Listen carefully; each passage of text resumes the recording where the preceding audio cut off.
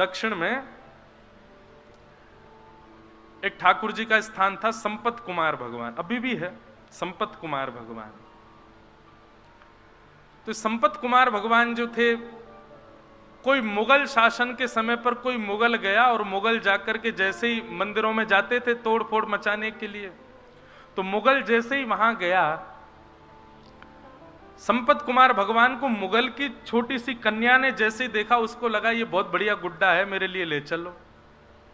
राजा तो मुगल तो अपने समय में कुछ भी करते थे, और बेटी की प्रसन्नता के लिए संपत कुमार भगवान को मंदिर से निकाल करके वो दिल्ली ले आए, और बेटी अपने पास रखती, ये मेरा गुड्डा है, उसी को नहलाती खिलाती पिलाती, उसी के संग रहती। वो तो साक्षात ठाकुर जी हैं।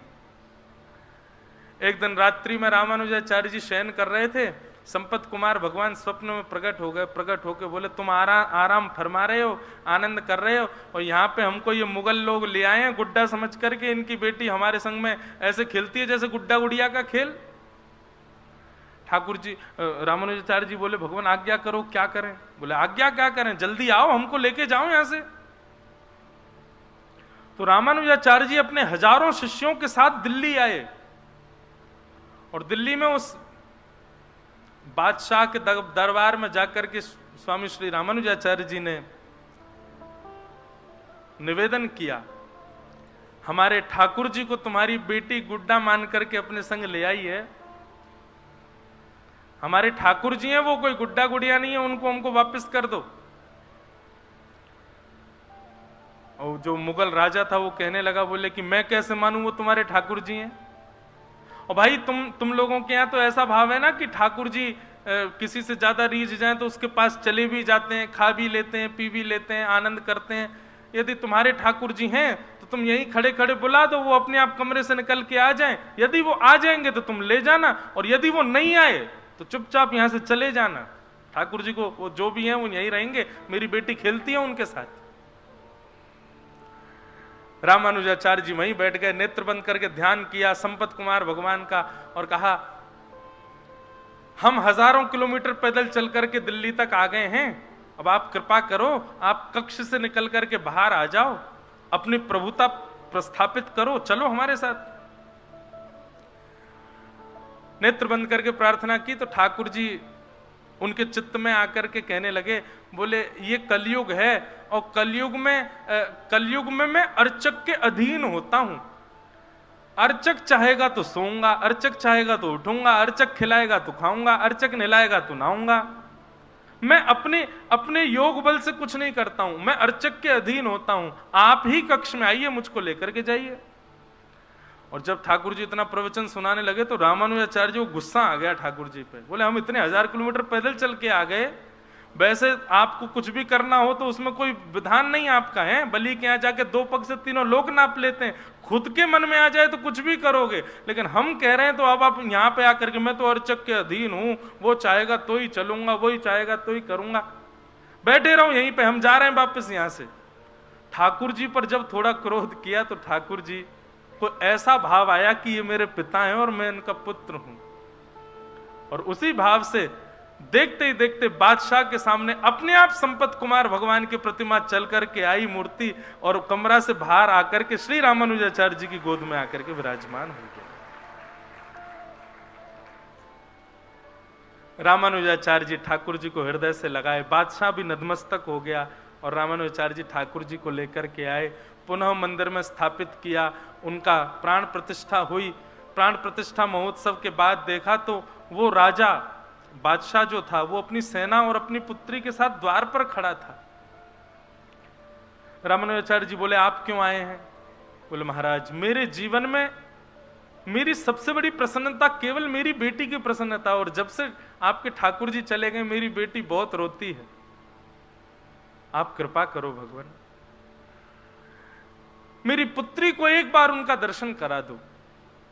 रामानुजाचार्य जी उस बालिका को दूर मंदिर के दूर से ही, जैसे ही गर्भगृह में बैठे संपत कुमार भगवान को दिखाया, ठाकुर जी के मुख पर मुकुट देख करके, शंख चक्र गदा पद्म चतुर्भुज रूप में ठाकुर जी का दर्शन करके, उस बादशाह की जो पुत्री थी उसने वहीं प्राण त्याग दिए ठाकुर जी को देखते देखते। रामानुजाचार्य जी के चित्त में भाव आया, बोले कि ये ठाकुर जी को नहीं, ठाकुर जी इसको स्वीकार कर चुके हैं। और तभी उन्होंने टर्की अम्बा, वो टर्की का था राजा, तो आज भी दक्षिण में मां को अम्बा बोलते हैं, अम्बा बोलते हैं, तो टर्की अम्बा करके छोटा सा विग्रह ठाकुर जी के बगल में स्थापित किया उस बादशाह की पुत्री का। और आज भी साल में एक दिन आता है, उस दिन ठाकुर जी का उस कन्या से विवाह होता है, और ठाकुर जी उस दिन पठानी कपड़े पहनते हैं, क्योंकि वो टर्की के बादशाह की पुत्री है। मैं दर्शन तो नहीं किए, लेकिन मैंने कथा सुनी है। तो मैं क्या कहना चाहता हूं, आप संबंध बनाओ, निभाने की जिम्मेवारी ठाकुर जी पे छोड़ो, वो निभाएंगे, और ये निश्चित निभाएंगे। ठाकुर जी बड़े दयालु, ठाकुर जी बड़े कृपालु।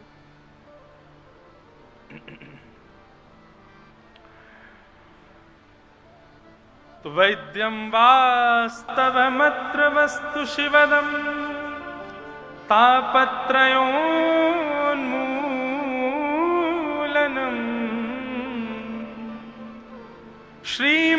श्रीमद्भागवते महामुनिकृते किंबा परैरीश्वर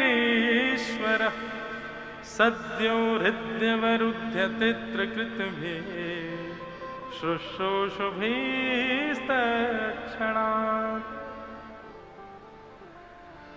ऐसे श्रीमद् भागवत का आश्रय लेकर के विषय, अधिकारी, संबंध, और चौथा भाव था प्रयोजन। प्रयोजन क्या है? बोले तापत्रयोन्मूलनम। एक बात बहुत ध्यान से सुनिएगा, आप यदि स्वयं को वैष्णव मानते हैं, आप यदि स्वयं को भक्तों की गणना में गिनते हैं, तो आपकी स्थिति ऐसी होनी चाहिए, तापत्रयोन्मूलनम, मतलब फिर जितने भी ताप हैं उन तापों से आपको संकट नहीं होना चाहिए, आपको पीड़ा नहीं होनी चाहिए। बंधुओं, भक्त का मतलब केवल भेषधारी हो जाने से नहीं होता है। भक्त का मतलब बहुत कथाएं और बहुत अध्ययन करने मात्र से नहीं हो जाता है। आपके स्वभाव में दिखना चाहिए कि आप भक्त हैं। और स्वभाव में सबसे सुदृढ़ता क्या है, क्या दिखना चाहिए? कैसी भी स्थिति परिस्थिति हो, आपको उससे कोई फर्क ना पड़े, तब समझो कि आप वैष्णव। माफ कीजिएगा, दाल खाते समय यदि नमक कम आपको पता चल जाता है तो आप भक्त नहीं हो। रोटी पाते समय आपके मन में ये भाव आ जाता है, अरे राम राम ठंडी सी हो गई है, तो समझो अभी आप भक्त नहीं हो। रबड़ी खाते समय यदि आपको इतना भान हो जाता है कि इसमें मिठास कम है, तो अभी आप भक्त नहीं हो। मैंने तो केवल जीव की बातें करी हैं, प्रत्येक इंद्रिय के प्रति यह भाव होना चाहिए। चलो देखो, अब आप कहोगे महाराज खुद तो 2 एसी लगा के बैठे, हमको समझा रहे हैं, आके देख लो, इनमें से हवा कुछ नहीं आ रही है, बल लगे हुए हैं ये। पर सत्य बताएं, गर्मी का अनुभव कब तक होता है? जब तक कथा शुरू नहीं हो जाती। जैसे ही बोलना प्रारंभ करते हैं, उसके बाद सही बता रहे हैं, हमको पता ही नहीं चलता कि यहां से हवा आ रही थी कि नहीं, कहीं से पसीना आ रहा था। और तो और क्या बताएं, हमको संसार में सबसे ज्यादा भय केवल एक वस्तु से लगता है, और मैं काम कर रहा हूं कि उस भय से मैं जल्दी निवृत्त हो जाऊं। और वो भय है, मुझको छिपकली नहीं दिखनी चाहिए, बस वो अगर दिख जाए तो मैं। लेकिन व्यासपीठ पे कई बार वो भी दिखी है, और कथा करते करते ये मॉनिटर रख रहे थे, इसके ऊपर ही बैठी थी, 4 घंटा बैठी रही, और मैंने कथा करी प्रेम से। ये बात तो अनुभव में आई कि जितनी देर भगवत सन्निधि में रहते हैं, उतनी देर संसार का भय हो, संसार का सुख हो, संसार की किसी भी प्रकार की व्यवस्था, अवस्था, अव्यवस्था आपको विचलित नहीं करती है। परंतु भगवत संबंधी नहीं, हर स्थिति में हम ऐसे हो जाएं, हमको किसी भी प्रकार की किसी भी अव्यवस्था व्यवस्था से कोई प्रभाव हमारे ऊपर ना हो, तब समझो हम भक्त हैं, हम वैष्णव हैं। तब समझो भक्ति अब आ रही है। हाँ, इसका मतलब ये नहीं है कि प्याज लहसुन नहीं खाते, कहीं प्याज लहसुन का मिले तो महाराज जी तो कह रहे थे कुछ फर्क नहीं पड़ना जी, खा लो, ऐसा नहीं। हाँ, तामसिकताएं जो हैं, दूषित वस्तु जो है, भगवत निवेदित जो वस्तु नहीं हो सकती, उनसे तो बचना ही है। पर किसी भी प्रकार की स्थिति आपके चित्त को हिला ना सके, आपके चित्त को विचलित ना कर सके। तापत्रयोन्मूलनम। ये तो मैंने अब व्यवस्था और आदि आदि वस्तुओं की बात की, पर जीवन में आने वाले संकटों का भी ज्यादा प्रभाव नहीं। जैसे कि हमारे श्री कुंभन दास जी, अष्ट सखा श्री कुंभन दास जी, मेरे को बहुत प्रिय लगते हैं श्री कुंभन दास। कुंभन दास जी के जीवन चरित्र में वर्णन आता है कि कुंभन दास जी तिलक जब करते थे ना, उनके पास आरसी नहीं थी, शीशा नहीं था।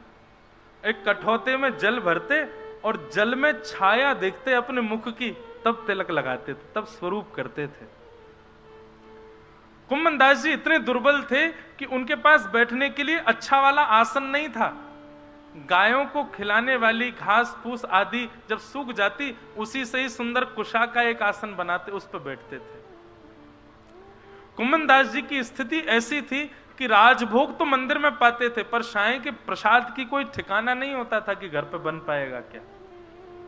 ऐसी स्थिति में श्री कुंभन दास जी थे, लेकिन कभी भी अपने चित्त से ठाकुर जी से शिकायत करियो, कभी नहीं। निरंतर भजते थे ठाकुर जी को।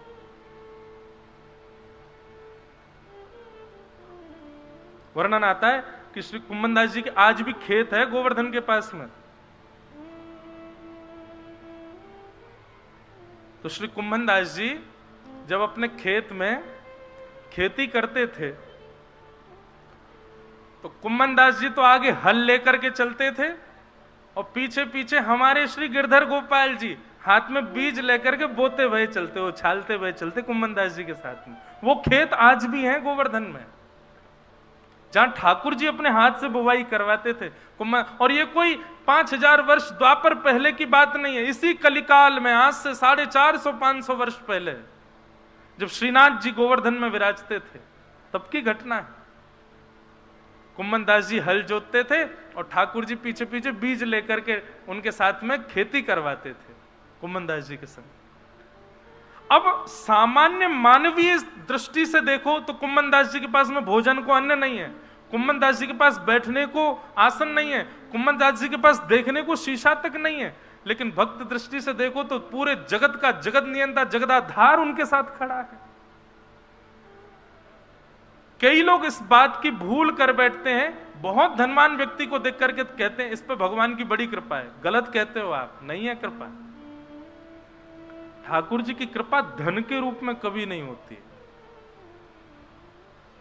ठाकुर जी की कृपा बाह्य दिखने वाली व्यवस्थाओं से कभी नहीं होती है।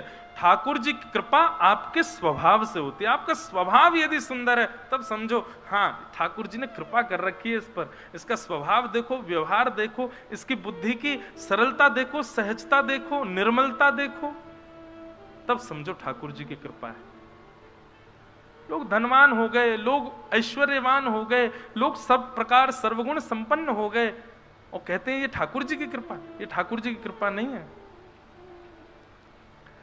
कुंभन दास जी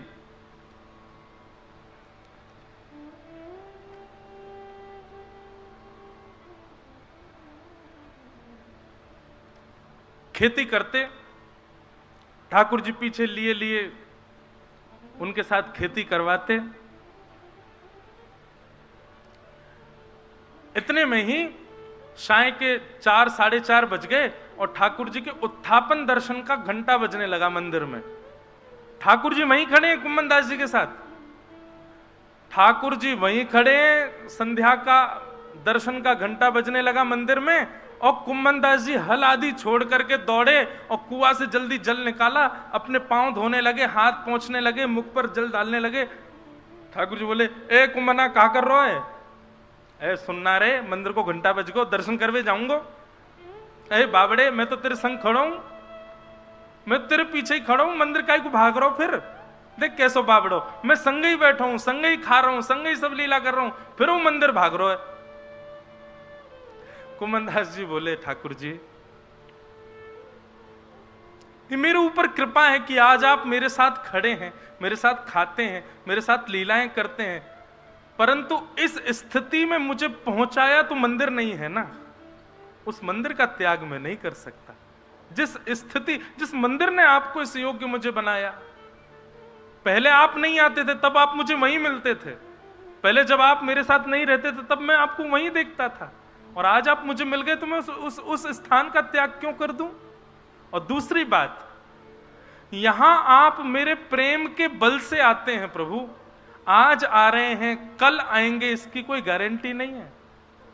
पर मंदिर में तो आप आचार्य के आचार्यत्व से प्रतिष्ठित होकर के बैठे हैं, वहां से आप कहीं नहीं जाओगे, इसलिए मंदिर का त्याग मैं कभी नहीं कर सकता। ठाकुर जी संग खड़े तब भी कुंभन दास जी मंदिर भागते कि मैं मंदिर में दर्शन करूंगा। वही श्याम सुंदर जो अभी अभी हल चलवा करके आए हैं, उन्हीं के सामने जाते, किसी में प्रचार नहीं करते कि देखो मेरे संग अभी हल जुतवा के आयो, मेरे संग अभी खेत जुतवा के आयो, ऐसा नहीं कहते। जाते सीधे उसी भाव से दर्शन करते जैसे मानो 4-5 दिन बाद या 4-5 महीने बाद किसी वैष्णव को दर्शन हुआ हो। दोनों भुजाएं उठा लेते, नेत्रों से आंसू गिरने लग जाते, एक खंभ की टेक लेकर के वहीं खड़े खड़े पद सुनाते ठाकुर जी को गा के। कुंभन दास जी गाते हैं, बहुत सुंदर भाव।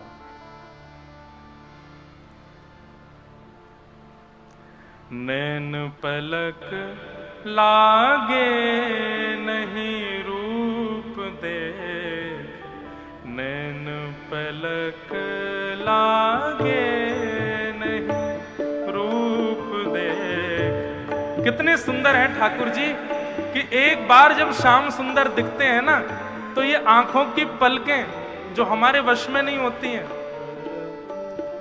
हमारी जितनी भी इंद्रियां हैं सब हमारे वश में है।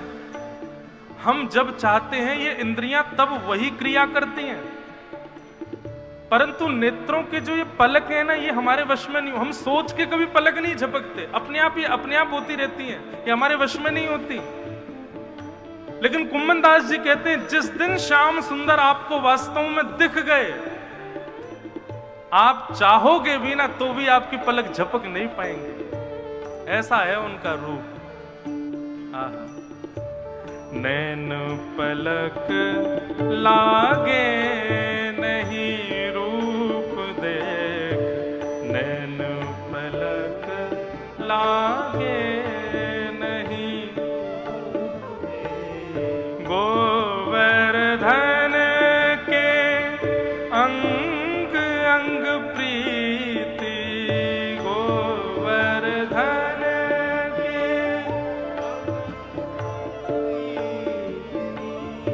गोवर्धन के अंग अंग प्रति, गोवर्धन के अंग अंग प्रति।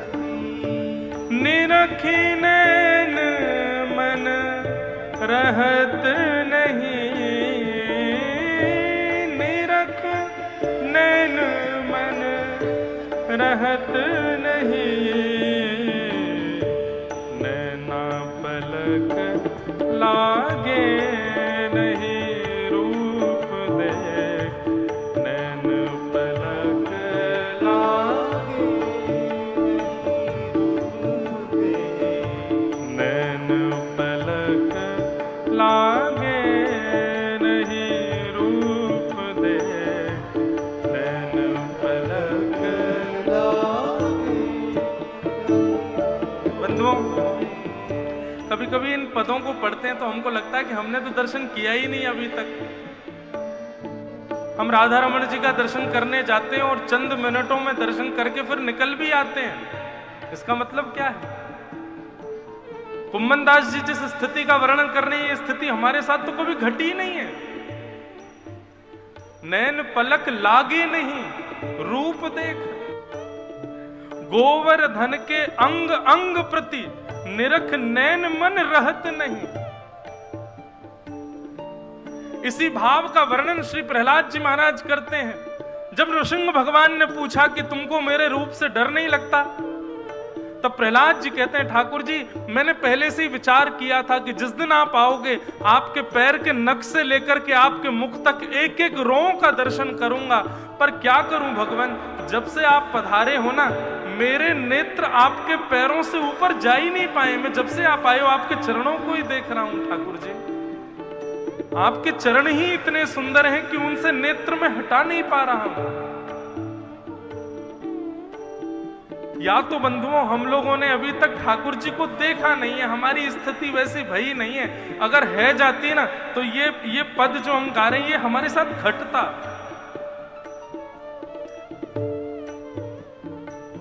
कुमनदास जी कहते हैं, कहारी कहो कछु कहत न आवे, कहारी कहो कछु कहारी कहो कछु कहत न आवे, कहारी कहो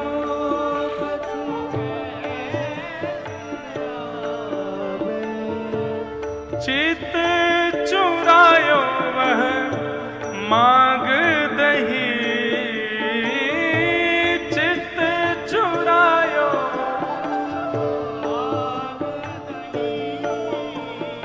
हे चित चुरायो वह मांग दही, चित चुरायो वह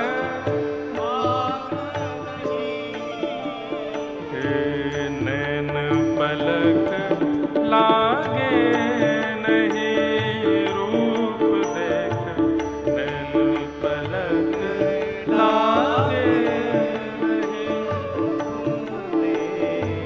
नैन पलक लागे नहीं रूप देख, नैन पलक लागे।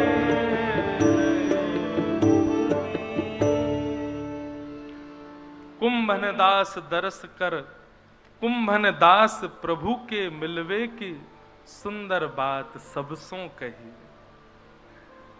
5 मिनट पहले ही जो क्रीड़ा करके आए हैं ठाकुर जी, उन्हीं ठाकुर जी का वही श्रृंगार है, वही स्वरूप है, वैसे ही सब कुछ है। वही ठाकुर जी जब जाकर के गर्भगृह में विराज गए तो श्री कुंभन दास जी बिल्कुल ऐसे हो जाते हैं जैसे बिल्कुल अभी अभी देखा हो। और देख करके अपनी स्थिति को कहते हैं कि क्या कहूं, किससे कहूं अपने हृदय की वेदना। इतने प्यारे हैं श्याम सुंदर, इन्होंने चित्त मेरा हरण कर लिया है। इतने सुंदर सुंदर रों हैं ठाकुर जी के, ऐसे सुंदर सुंदर अलकावली, ऐसे सुंदर अंग हैं ठाकुर जी के कि एक अंग को भी एक जीवन पर्यंत देखो तो भी कम पड़ जाएगा, ऐसे सुंदर है श्याम सुंदर। कुंभनदास जी का प्रसंग हमने क्यों उठाया था? कुंभनदास जी की भक्ति सुन ली और कुंभनदास जी की स्थिति क्या थी कि घर में तिलक लगाने को शीशा भी नहीं है, बैठने के लिए आसन भी नहीं है, प्रसाद पाने के लिए अन्न भी नहीं है। वो है श्री कुंभनदास। लेकिन कभी भी अपनी स्थिति के चलते ठाकुर जी से कभी याचना की हो या अपनी स्थिति की उनको पीड़ा कभी हुई हो, ऐसा कभी नहीं हुआ। इसको कहते हैं तापत्रयोन्मूलनम। हमें अपनी पीड़ा दिखाई देती है, अपनी पीड़ा समझ आती है, अपनी पीड़ा का अनुभव होता है और ठाकुर जी से कहने की इच्छा होती है, तो अभी आप भगवदीय नहीं हुए हो। ये प्रेम का स्वभाव तो संसार में भी है कि जिससे हम बहुत प्रेम करते हैं ना, वो सन्मुख यदि आ जाए तो हम छुपाते हैं कि हम पीड़ा में, उसको नहीं बताते। तो फिर ठाकुर जी को क्यों बताते हैं हम? तापत्रयोन्मूलनम। और यदि पीड़ा अपनी दिखती है, बहुत पीड़ाओं का अनुभव होता है, तो आइए भागवत जी की शरण में, यही करेंगी आपको, तापत्रयोन्मूलनम। फिर अनुभव नहीं होगा।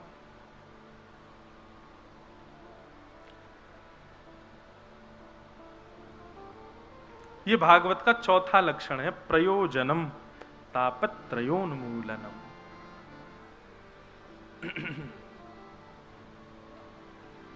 वृंदावन में कई ऐसे रसिक संत हैं, एक दो उनको तो मैं भी जानूं, वो मधुकरी पाकर के प्रसाद, मधुकरी लेकर के और मधुकरी पाते हैं। और मधुकरी भी ऐसे नहीं पाते कि गए आपके यहाँ और मधुकरी लेकर के आए तुरंत पा ली, नहीं। हमारे घर के बगल में, बिल्कुल बगल में ही है भागवत निवास, वहां के कई संत पतो कहा करें, मधुकरी लेकर के जाएंगे और फिर ब्रज की रज में गड्ढो करेंगे और जितनी मधुकरी लेके आए सब्जी अलग करके रोटी इनको वहां में गड्ढे में गाड़ देंगे भीतर ब्रज की रज में ही, और फिर नाम जप करेंगे। जब नाम जपते जपते जपते नेक भूख तेज है जाए तब वही रज को हटाए के वामे ते रोटी निकाल के वाकू झाड़ के वाकू पाले, ऐसी मधुकरी पामे। हम लोग कर सके ऐसो?